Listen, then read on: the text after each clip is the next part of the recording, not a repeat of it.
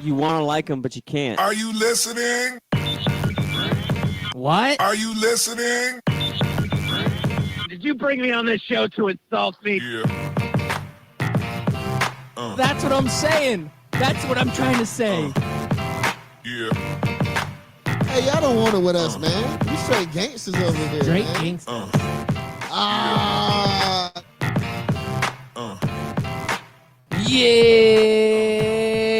Good morning and welcome back. That's right. You are listening to Scout Team Radio. We bring it to you hot and live each and every morning, Monday through Friday. I am one of your gracious hosts. They call me Loudbeard. You are the most egotistical, self-deluded person I have ever met. Yeah, whatever. And the man on the other microphone, he is a great American and a great patriot. You all know him as...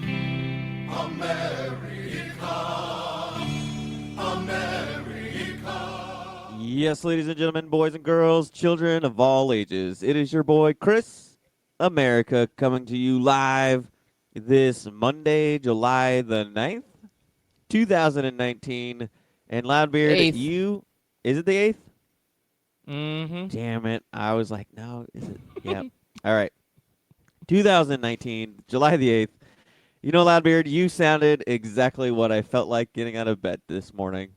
Just Those like, 4 days ah. off. Those 4 days off, getting to sleep in way past 5 o'clock. Ooh, it made it rough this morning, didn't it? Oh, yeah. It made it a little rough. Well, We got to get back in the swing. I got a little comedy to pick us up. You inspired me with our draft on July 3rd, way back on Wednesday. 5 days ago, Loudbeard, since our last show.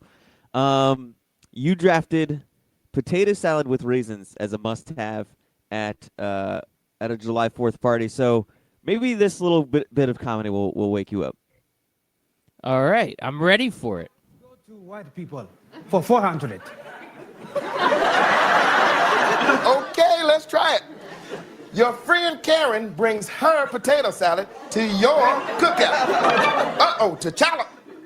I think I'm getting the hang of this. Before I answer, a few questions. This woman, Karen, she is Caucasian, eh? Yes. And she has her own recipe for potato salad, eh? Yeah. Ah, I understand. It is noble that she would volunteer to cook for everyone. And although I have never had potato salad, Of course. I sense that this white woman does not season her food. That's right. And if she does, it is only with a tiny bit of salt. That's exactly right. Yeah. And no paprika. No paprika, no. And she will probably add something unnecessary like raisins. I know, right? So something tells me that I should say, Say it. oh, hell nah, Karen. Keep your brand ass potato salad to yourself.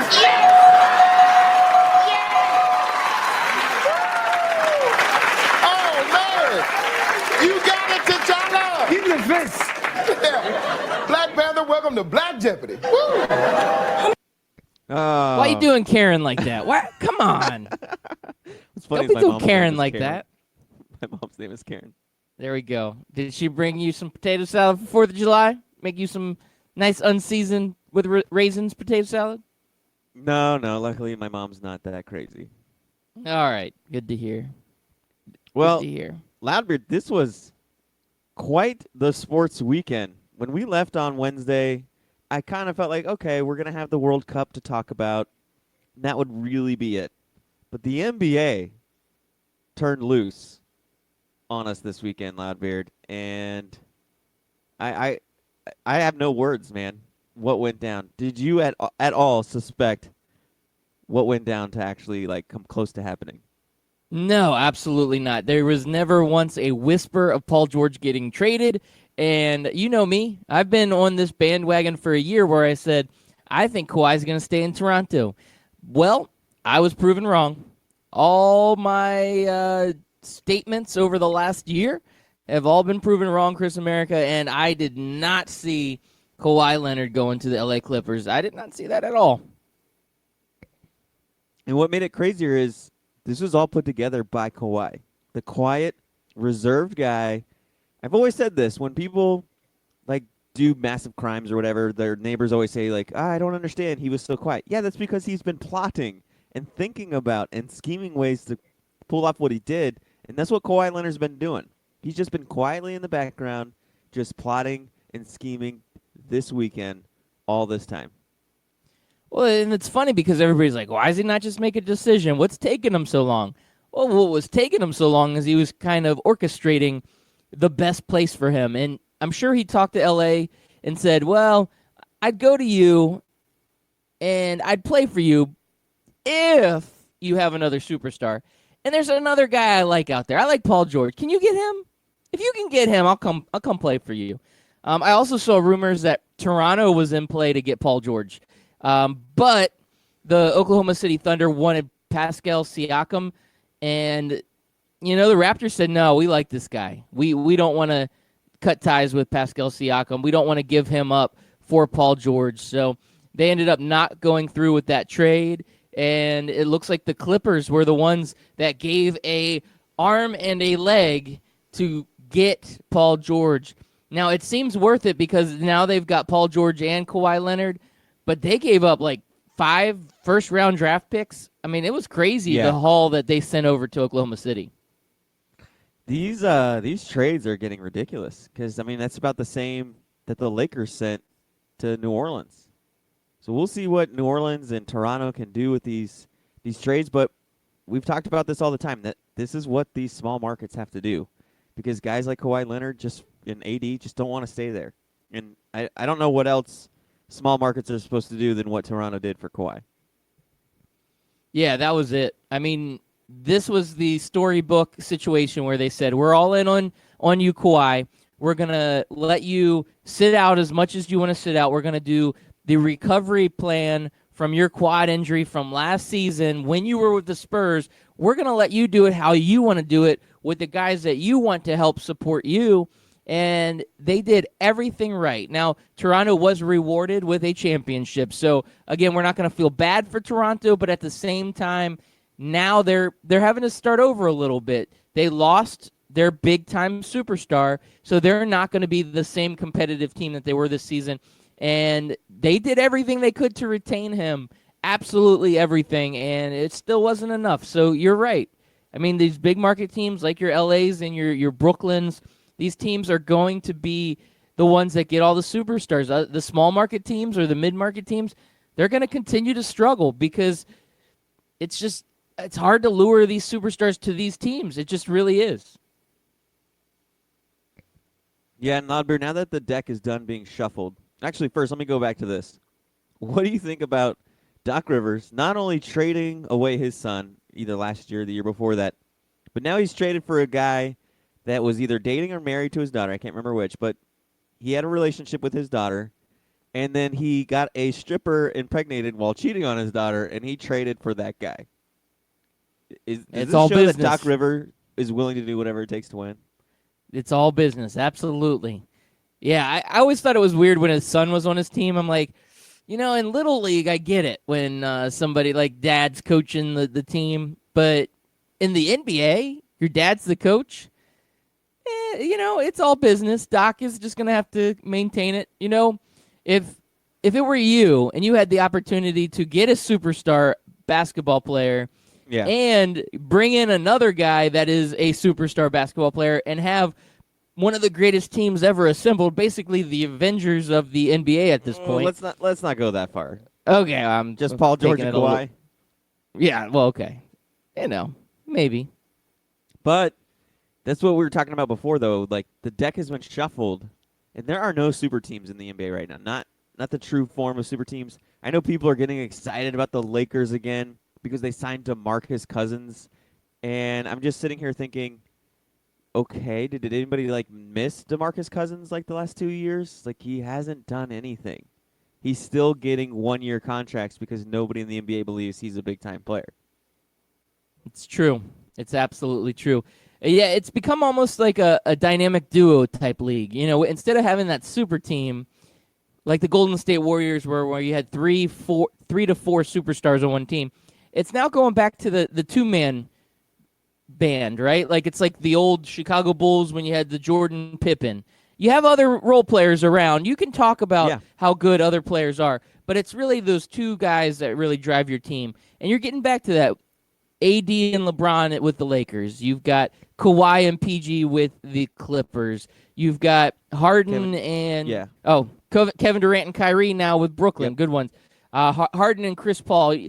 You're going back to that dynamic duo in the NBA, and I kind of like it because it's spreading around what we want to see in the NBA, and that's a competitive balance. And that's what I think we're seeing now more than ever. Yeah, and like you mentioned, it's just like the NBA that we grew up with Shaq and Penny, Jordan and Pippen, Stockton and Malone. You know, you had those dynamic duo teams that were just electric to watch. And it made the NBA, Yeah. I felt like it made the NBA a little bit more. I mean, even though Michael Jordan and Pippen ran through the league, it still made the rest of the NBA a lot more entertaining to watch. All right, so I'm going to have to go over to our Twitter line because we've got some hot tweets coming in here. First of all, Memphis Spence, thank you for listening and tweeting in at us. He says, Toronto isn't really a small market, but it is Canada. Yeah, I guess for NBA terms, it's considered a small market because they struggle to get big-time players. But, I mean, Toronto is a big city, so I guess we shouldn't call it a small market, but you get what I was saying. He gets what we're saying, right? He gets it. Canada's only like 30 million people as a whole country. So even Canada itself is a small market compared to LA and New York areas. I'm trying to look up the Toronto population now. All right. I mean, Well, it's not like Orlando. It's not that small, but it's only 3 million people. Orlando's 3 million people. So if you're going to call Orlando a small market, you got to call Toronto a small market. All right. Well, we've got Scott Kaiser also tweeting in. He says these NBA draft picks are as worthless as your raisins and your potato salad, Loudbeard. Okay. I see where you're going with that, Karen. Clippers traded away all those picks, and unless they are top 2 every year, who cares? Easy call. Do it every day. It looks good, but this ain't the NFL. Clips won the deal. He's right, though. I mean, the NBA is such a crapshoot, and unless you have the top 2, top 3, maybe top 4 picks in the draft, you're really not getting a whole lot unless you get lucky and get a Giannis or a Kawhi, somebody that falls a little bit further. But that's pretty rare. So these draft picks aren't as valuable as we may be putting them up on this pedestal that they don't really deserve to be on. Yeah, so I'm going to go back to Scott Kaiser's thing. Yes, the draft picks are pretty worthless, especially if it's going to be the Clippers and they're going to win. But there's no other way that these teams like Toronto and New Orleans can build their teams, really. They're not going to get these big signings. They're not going to have KD and Kyrie be like, hey, you want to meet in New Orleans and build a championship team there? I mean, even Miami, one of the most sought-after destinations by all kinds of guys that age that are athletes. They love to travel down there.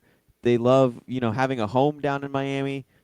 Even Miami has a hard time luring free agents to their team. If Dwayne Wade wasn't there, I doubt LeBron and Bosh decide to go down to Miami and play for those teams. And, so it's been an interesting – and I know Miami – who was Miami in Miami was in that Paul George lottery, wasn't it? Or were they in the Westbrook lottery that people were kind of hinting at this weekend or rumoring for? Yeah, they were rumored there because they got Jimmy Butler, right? So that was Right. their one superstar. So now they need to pair another superstar with them because that's what we're doing. We're going back to this big 2. And they are now in this Westbrook lottery. And this is the one piece we were all talking about. Okay, we just need Kawhi to sign and then we're done. Now, all of a sudden, there is another situation brewing on the crazy NBA offseason, and that is Russell Westbrook. The Oklahoma City Thunder are now in full rebuild mode, and Westbrook is an expensive piece that they can now trade to bring in some young assets and bring in some additional draft picks, and they are going to do that. So I don't see Westbrook being on the Oklahoma City Thunder to start the season. I think a team is going to make another trade and bring in Westbrook. And there has been some rumors. I've seen the Knicks in the rumors. Why the Knicks are always in every rumor, I don't know. I get it. I don't, whatever. But the serious rumors are a team like Miami, like you said. Miami Heat could be in that lottery to get Russell Westbrook. Well, let's see what happens with that. You know, one team that I believe CBS Sports had put out there was our Orlando Magic, and I have to mention it because it's our team. We are based out of Orlando, and we like talking about the Orlando Magic. And to me, it makes a lot of sense to bring in a guy like Russell Westbrook for a team that has been superstarless for a very long time. It would be awesome to bring in Westbrook. What we would have to trade away, I don't know. Maybe Aaron Gordon, maybe 2 or 3 future first-round draft picks. I get it, but what do you think about Westbrook coming to Orlando? Do you think that could happen? And if it did, do you think that would be a good move for the Magic? Oh, yeah, for sure. I would do exactly what the Clippers did. Trade away the NBA draft farm. I mean, we can't draft for crap anyway, so might as well just get rid of the picks to get a superstar. That's true. That's true. We could give away some of our young talent, that Jonathan Isaacs and Mo Bambas. The Orlando Magic are that team that makes Scott Kaiser's point looks great.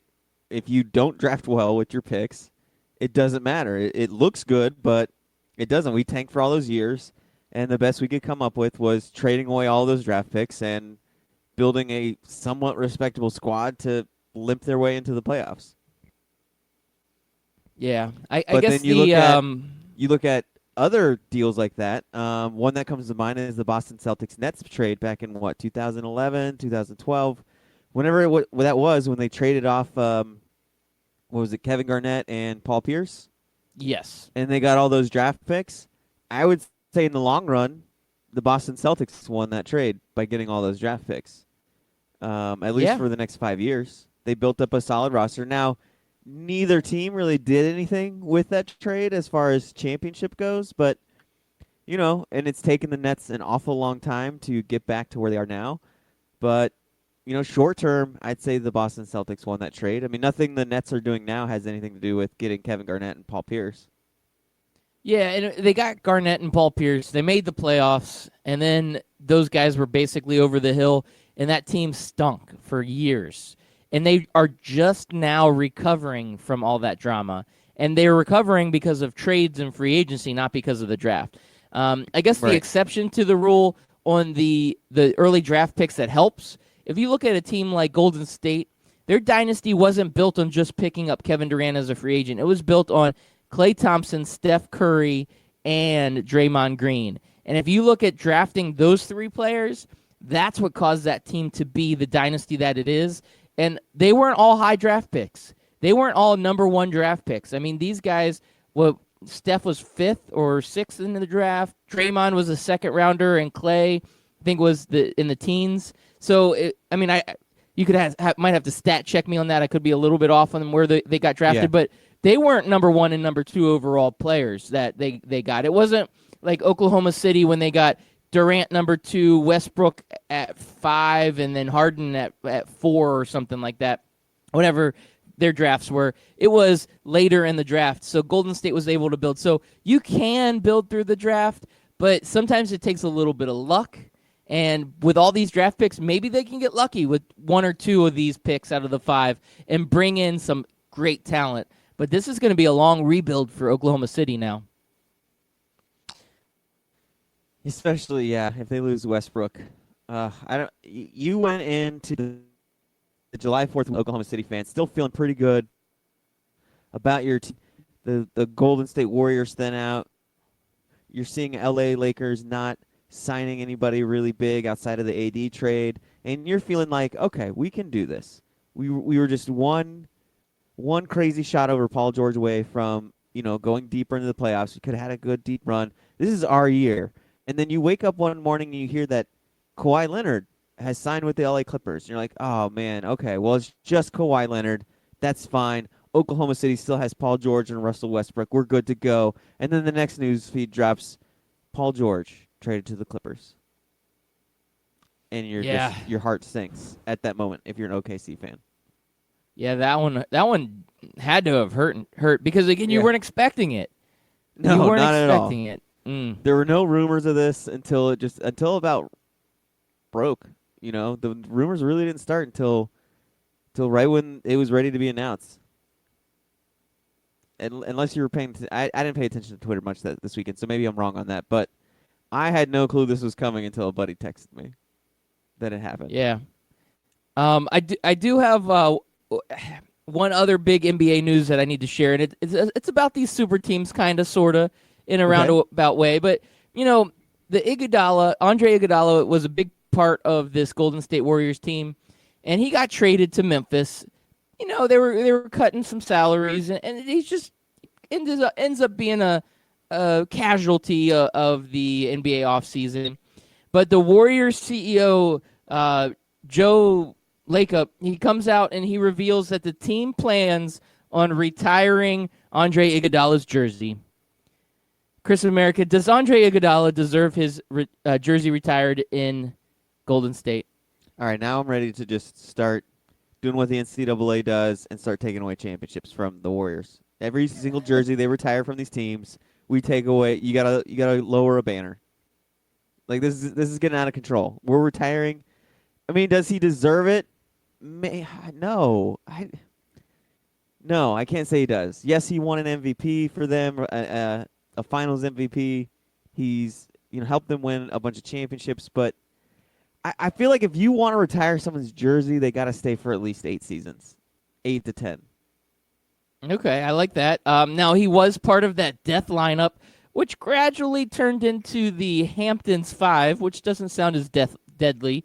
But, once they picked up Kevin Durant, he was part of the death lineup to begin with, and then the Hamptons 5 lineup. I mean, he was a big part of this. He was a big part, but he was there for what, 5 seasons, 6 seasons? I'm trying to look that up now.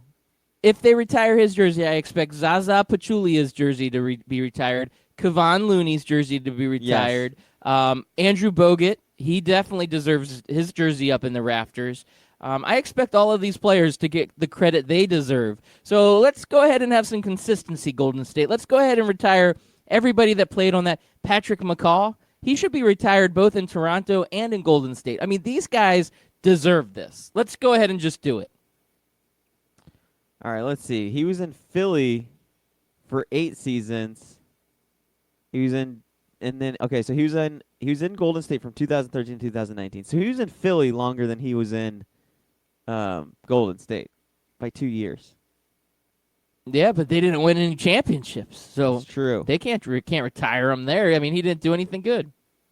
I still think you need to be with a team 8 to 10 years, and your name's got to be synonymous with that team.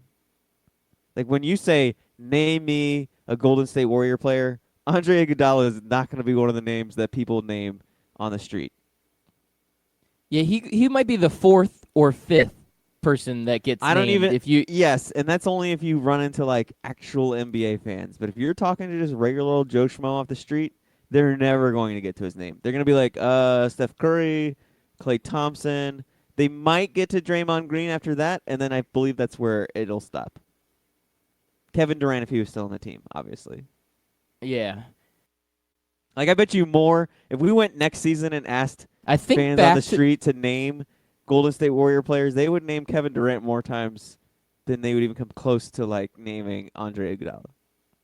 All right, so I'm thinking back to the 90s Chicago Bulls because that was one of the most recent dynasties, right? So that's one that I can remember a lot of the players' names.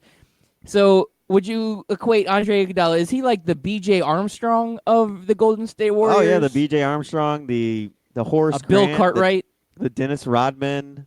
Yeah, he's all of those things to the Chicago Bulls, and I believe none of those guys have their jerseys retired. Dennis Rodman, good.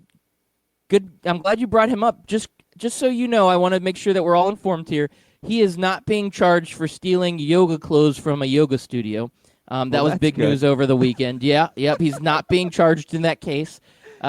This is serious. Yoga studios, they could be selling the Lululemons. It could be like thousands of dollars worth of merchandise. And Dennis Rodman, they're not charging him. He's innocent. So good job, Dennis Rodman. I appreciate you staying in the news for us. Just a common misunderstanding. But the good news is the yoga studio has decided to retire Dennis Rodman's yoga pants. Well, they're hanging them up in the rafters at the studio. And you know what? He deserves it because he really was integral in this whole fiasco. So go ahead. I'm proud of you, Dennis Rodman. I'm just picturing Dennis Rodman doing yoga right now. It's not a pretty sight. Now, are you picturing him in the yoga pants doing Oh it? yeah, for Because sure. Like that- the whole inappropriate, shebang. The inappropriate. whole shebang. This is a family show. Stop Yeah. talking about that. Oh yeah, that's it. Oh, Him God, and him and the North Korean leader doing yoga together. the image is burned in my head. So now we've got a tweet coming in. Memphis Spence tweeting back at us. Thank you, Memphis Spence. 8 to 10 years to retire a player's jersey. Using that criteria, where should Shaq's jersey be retired? Nowhere. Shaq Oh, was a journeyman. I even thought about He was him. Like I even thought about Shaq being retired in Orlando. I'm like, no, he was only there for 4 seasons. And if anywhere, I guess you can retire it at the Lakers because he was a pivotal role at 3 championships there. But I'm not a big retire the jersey, build statues kind of guy. And so to me, to deserve it, you have to do something spectacular for a really long time for me to say that, yeah, like Shaq's name, Shaq to the Lakers, his name is synonymous to the Lakers. Because when you say Shaq, that's what I think of, is his time at the LA Lakers. Everywhere else, maybe the Orlando Magic, but that's because I'm a Magic fan. I doubt many people outside of Orlando associate Shaq's name with Orlando. They just don't. They just see Shaq as an LA Laker because that's where he won 3 championships.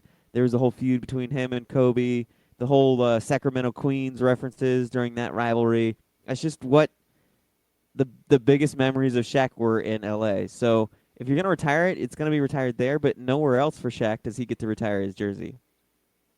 Now, for people in the street, do you think they're like, Orlando, wasn't that the team that drafted him and then screwed it up and let Yeah. him walk? I think Oh, some oh, people, yeah, I think that's a lot that of people team. will remember that, especially if you were around in the 90s. I think some people will remember that. But it just depends on which street you're talking here. Like if you go to the streets of Seattle, I don't know if they're really that big on Shaq in Orlando. They'll remember him in LA because he went up to their Supersonics and beat him up all the time, but I don't know about Orlando.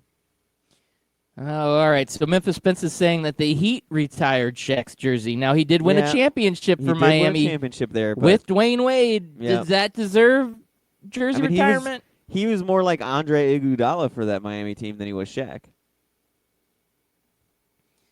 Yeah, because he was kind of on the decline at that point. Yeah.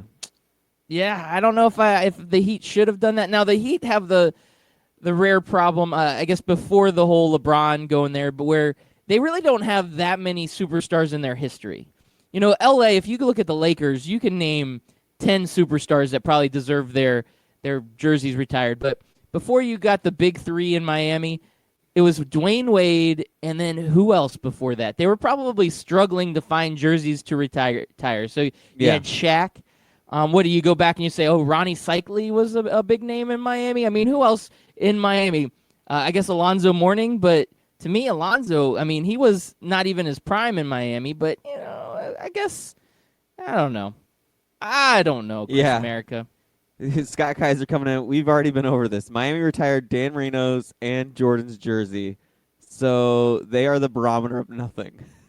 That's true. That is true. When you retire Dan Marino's number or jersey, and like he had like really no association with the Miami Heat. The Miami Heat were in their infancy stages when he was playing football, and I think I'm trying to think of the former Gator legend that played for the Miami Heat that deserves his jersey retired more than Shaq, but it's escaping me right now. Haslam, that's it. Udonis Haslam. He deserves his number retired over Shaq. I kind of agree with you. Haslam was always the Miami Heat. That was like the epitome. Even when the team was bad, you always had Udonis Haslam in there as the enforcer. That's a good point, Chris America. Now, Yeah. And he was there for a really long time. yeah, Miami obviously is it's a terrible example to use for anything. Yeah. Well, Loudbeard, I feel like this segment's knocked out. This half of the show is knocked out, but we're not knocked out completely just yet. But on the other side of the break, I'll talk about an MMA fighter or fighters that are probably still knocked out after Saturday night's UFC card.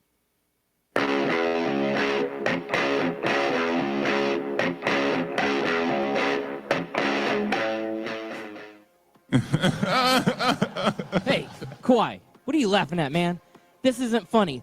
Fantasy Sports Reimagined FanDuel, that's what I'm talking about. It is more than just fantasy sports. It's the best way to watch the games, win real cash, and bring the action right to your living room. Just choose a contest, make your picks, watch, and win. And if you go to FanDuel.com/STR today, you can get a $5 deposit bonus. Once again, that's FanDuel.com/STR. Come on, man. This is not a laughing matter.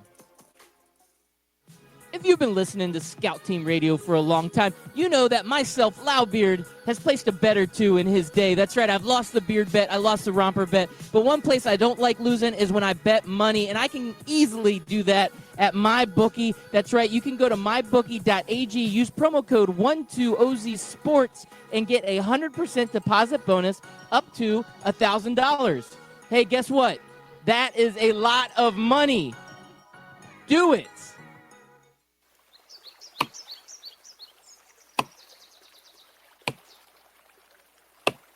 When I'm working hard, I build up a thirst for sports. That's when I grab a cold 12-ounce sports radio.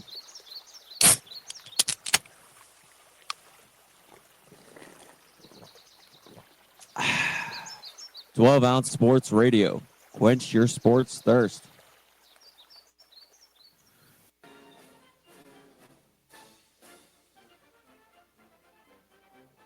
Hey everybody, it's your favorite Patriot, Chris America, and I want you to listen every single weekday, Monday through Friday, 6 a.m. to 7 a.m., and on replays from 11 a.m. to noon of Scout Team Sports. Listen, George Washington did not cross over the ocean blue in 1492 to defeat the Nazis, so you can listen to the same tired national clickbait sports stories. So once again, tune in to us every single morning, 6 a.m. to 7 a.m., and then we replay from 11 to noon. I will see you there, and God bless America.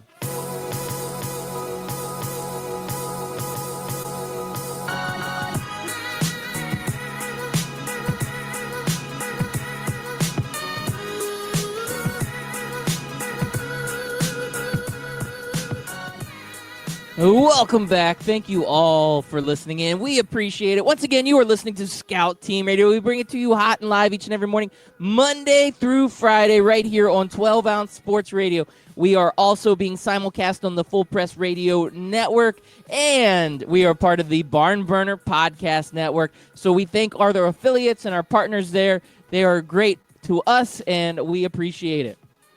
You can also go on Apple Podcast, Spotify Podcast, anywhere you find a podcast, and you can search Scout Team Radio, and you can download the show. That's if you can't catch us live. That's right. We go live at 6 a.m., and if that's too early for you, go up and download that podcast. You can listen to us anytime on demand. And on our show, if you want to get interactive, if you are listening live and you want to reach out to us, you have something to say, if Chris America says something crazy and you want to react to it, hit us up on Twitter, at Scout Team Radio. We would appreciate that. So without further ado, I do just need to say to you, Chris America, it's time to get knocked out. And we had a beautiful UFC card over the weekend, and I know you are going to give us the recap that we deserve, because I'm about ready to get knocked out here, and I need to take a little nap. So go ahead. Well, I'll start off with the main event, because it was the least exciting of the three fights that were huge on this card. That was the John Jones fight. It was so... Jones has just been so boring lately. He just didn't have it. He won the card, but I felt like he could have lost the card. That's how crazy this fight was. Thiago Santos came in with a bunch of flurried hits. Like, Jones got rocked a few times. Now, the crazy thing about John Jones is he can absorb a punch better than any man I've ever seen. I mean, Thiago Santos would just hammer fist him a bunch of times, and Jones wouldn't stumble or anything else. Now, where he did hurt him the most is with these inside leg kicks. Jones had a huge, nasty welt on the inside of his thigh. But the big story out of this fight, Loudbeard, is that Santos I haven't checked to see what the outcome was or what the MRI showed, but I feel like he tore an MCL or an ACL. His knee was hurting pretty bad. And Jones had every opportunity to pounce on this guy and finish him off, and he just didn't do it. I don't I couldn't understand why. There were so many times I'm yelling at TV, like, go get him, go attack him. Like, he's stumbling, he's on the mat. Let's finish this off. And he just never did it. And Thiago Santos became the first guy ever to win a scorecard against John Jones, but Jones ended up winning in a split decision 2-1. Now I have a question for you, Chris America. Yeah. I was looking at the recap of this. I didn't get a chance to catch it live, but I looked at it after the fact, and this is the second fight in a row where John Jones just looked flat from all accounts. And do you think this is kind of the slow demise of John Jones? Has he lost a little bit of his edge? Is the impending defeat coming here soon if the right opponent comes? Because it doesn't look like he's bringing his A game. Yeah. He could have lost this fight just now. If another judge saw it the way the first judge saw it, he would have lost the fight, and he would have lost in a split decision.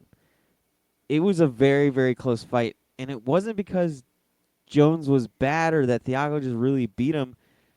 Thiago just scored a lot of points and a lot of cheap points. I don't want to say cheap points because, like I said, he did hit him with a bunch of flurries of punches and stuff. I think Jones, I guess, was the one that scored the cheap points in this fight. But there was never a time where you thought Jones was going to take over. There was a couple of times where Jones looked like he was, but it lasted for like 2 seconds, and then Jones would distance himself away. And I couldn't understand why he just never attacked. There was only like 2 or 3 moments during the fight where Jones actually looked like he was going to be aggressive. He was toying with him. He was going to start teeing off, and then the round would end, and that would like be the end of it. And like I think between rounds 3 and 4, Jones really just started like a python, just really started pressing and squeezing Thiago and pushing the fight to him. And I thought, okay, he's going to come out at the beginning of round 4 and just finish this thing off. And he just came back out flat. And I'm like, Jones, like you had so much momentum going into the 4th round. What are you doing? If you lose this round, it's very possible you'll lose this fight. And he's lucky he didn't lose this fight. And he's lucky that Santos had a really bad knee, even though Santos fought really hard. Became a big fan of Thiago Santos this fight, even though I probably won't see him again for another year. Yeah, I don't know. I'm concerned that Jones is just not in it the way he used to be. I don't know what he's. I don't know if Maybe he's he's bored. clean now. Maybe that's the problem. Yeah, maybe he's clean and he's bored with these. That he's just going through people that he doesn't think are good fighters.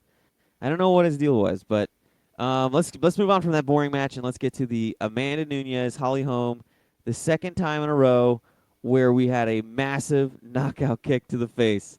Loudbeard, did you see this knockout?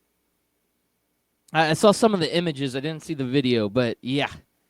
It was brutal. She's a beast, man. Amanda Nunes is a beast. She's now beaten every single former active, I think, UFC champion for her weight class or in the women's division. And she's kind of taken the career path of John Jones. John Jones sort of did the same thing when he was coming up. He just beat former champion after former champion Rampage, Shogun Rua. I can't think. I always forget this other Brazilian's name. Machida. That's who it is. Machida. Just kind of going through now. Just like Jones, people are sitting here wondering, okay, what's next for Amanda Nunes? Like, who does she fight after this? Does she fight Cyborg again? If it's not Cyborg, then who? Because there are no more big-name women for her to beat. No, I agree. I mean, that's where the UFC's they got to get some more names out here. They've got to get some more talent in, and I know they're working on it, but it does seem like it's so top-heavy still. It just doesn't seem like there's a lot of good competition out there. And Holly Holm, she is amazing, and she deserves everything that she has, but she's one of those fighters that's very hit or miss, and they keep putting her out there because she is a name because she beat Ronda Rousey. Now, she's tough and she fights hard, but I don't know that she was good competition for Amanda Nunes. You know, like it was just more of a name to throw out there. Yep. And one of the guys that UFC was trying to build up, one of the names that they've been building for at least a couple of years now, is Ben Askren. He came into the night 19-0, going against a guy who's fought 47 fights. He's 34-13, or at the time he was 33-13. Loudbeard. That seems like a good put you over the top guy that you want to fight if you're a rising star like Ben Askren, right? You're 19-0 coming in. So you're gonna fight this older guy. He's got 47 fights, and this was kind of a heated battle, almost like the McGregor versus our boy. Why can't I think of his name now? I'm so bad on Mondays. Habib. Habib. There we go. I kept saying Kucherov, and I don't know why. So, anyways, I'm gonna play you the fight clip. The clip is 17 seconds long, Loudbeard, and 12 of that is not fighting. In the building, and these guys just flapping gums at each other. Any chance they get. The fight clock is brought to you by Modelo. One of the greatest knockouts you'll ever see. And that was the fight, Loudbeard. That was the whole fight. 5 seconds, knockout. Flying knee. Ben Askren, I don't know what you were doing putting your head down as a knee was coming to your face, but it was nasty, Loudbeard. One of the nastiest knockouts I've ever seen. Yeah, that's gonna hurt. He's gonna feel that one for a while. Oh, he's still knocked out. His leg was in straight rigor mortis. One leg was on the mat, and the other leg was just sticking up flat, about 4 to 5 inches off the ground, just hanging there, stiff as a board.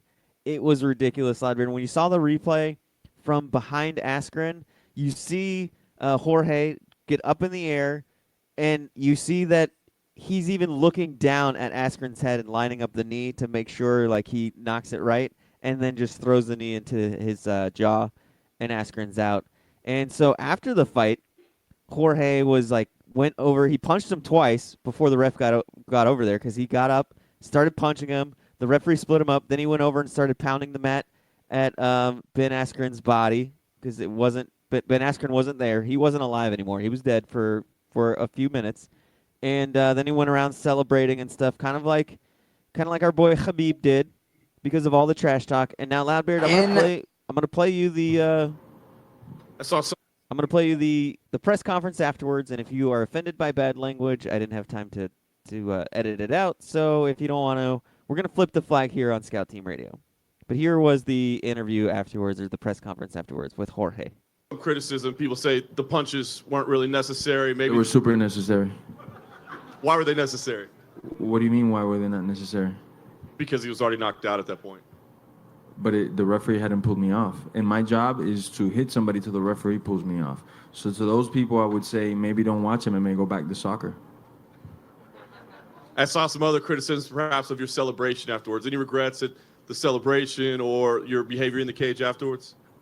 Man, there's not too many people that I've disliked. I have over 50 pro fights, and he's one of them, you know. He talked about my manhood, talked about my culture, my ethnicity. Where do we draw? Why do certain people get to do stuff online? So you could do anything. Everything is cool before a fight. You're allowed to do and say whatever you want, like other fighters are not doing, talking about people's religions, wife, even kids. That's cool.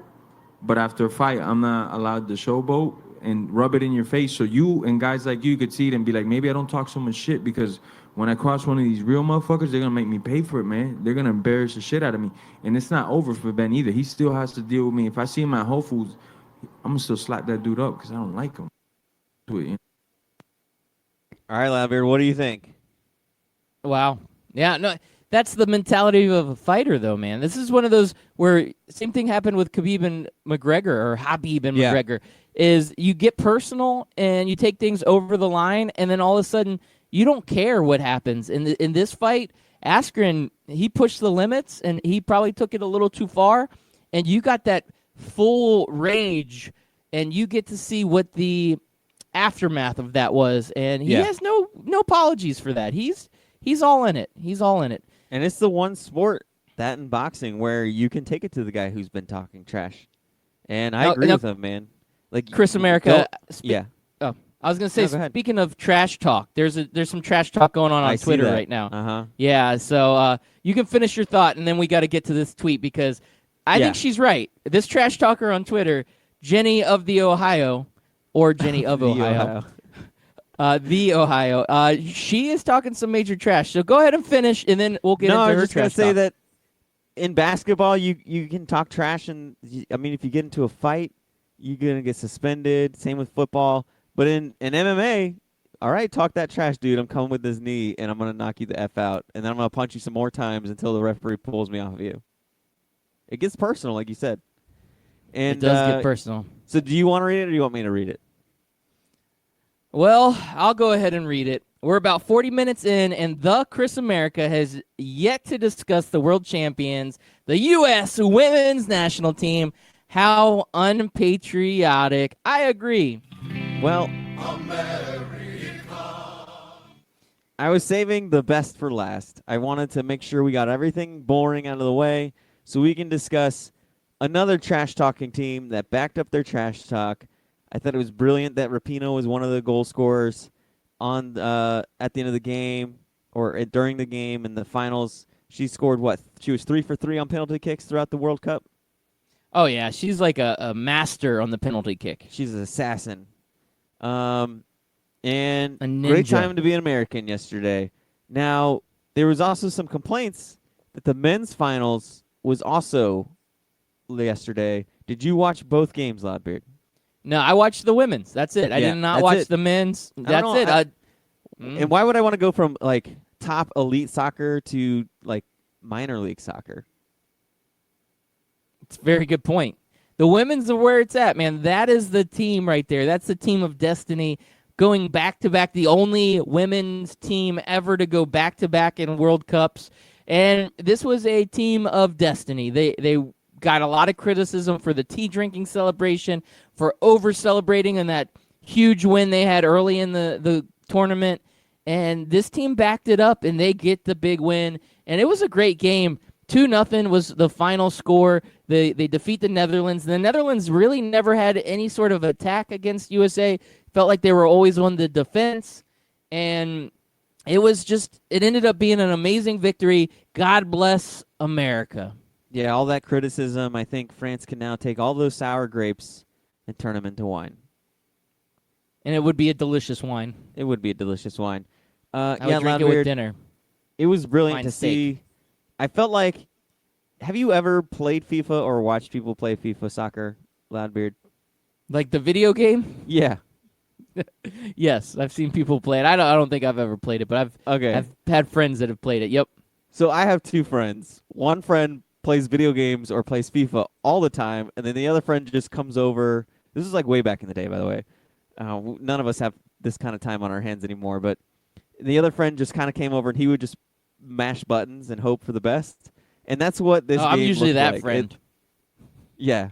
That's what this game looked like. I felt like I was watching my two friends, Donald and Tyler, playing FIFA, and USA was just dominating the game. But because it's soccer, domination looks like 2-0. And there was a couple of moments in the game where the Netherlands would break out. They'd get a nice little breakaway, and you were like, oh, are they going to score this time? And that's kind of what Tyler would do, is he would just wait for a long breakaway run and then try to score. And just like the Netherlands, he never would. But yeah, that's what that game was like. It didn't feel like a championship game. No, there wasn't a point. I mean, there was a couple little breakaways where I was like, oh no, did the Netherlands just get lucky and they're up? No, USA knocked it away. We're good. Yeah. We're good. Yeah, There's we're nothing good. to worry about here. Nothing to see here. And then let's go back and press. I mean, I felt that the Netherlands were pretty fortunate because there was 2 or 3 first half opportunities where the keeper just made amazing saves. Yeah, I was going to say, with- she was the only one that played at a championship level. I agree with that. And then, unfortunately, the first goal we scored was off a penalty kick. I hate when penalty kicks kind of alter the game. That's why I was glad when that second kick came around. That was the one, or that second goal, that was the one that showed like we were the superior team in this matchup. Now we got a big tweet question coming in. Bigger accomplishment, Cincinnati's own Rose Lavelle scoring a goal and winning a World Cup, or her sister Mary, who tweeted that she won Mario Party with Peach on N64. I mean, Mario Party is a huge deal. Mario Party is a huge deal. I don't know. And the fact that she's playing it on Nintendo 64 still makes it that much more impressive. I'm always impressed when people have an N64 hanging around. Oh, if it's an original N64, not one of these rebuilt, I bought them online type deals, then it becomes even more impressive.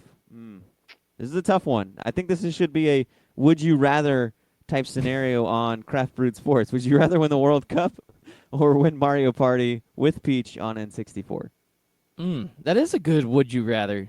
I think this is, I don't know if I can answer it. I mean, obviously Rose Lavelle's goal was very impressive. I mean, but USA was already winning at that point, and it's not like it was the winning goal. It was just another goal. Whereas winning Mario Party with Peach on N64, I mean, that's like stuff legends are made of. It is. We will always remember the time Mary, is it Mary Lavelle? Is that her last name? When she won Mario Party on N64 with Peach. Yeah, it's going down in a day of history that will always be remembered. It's like Independence Day, but not, like the movie. But yeah. I just thought of something.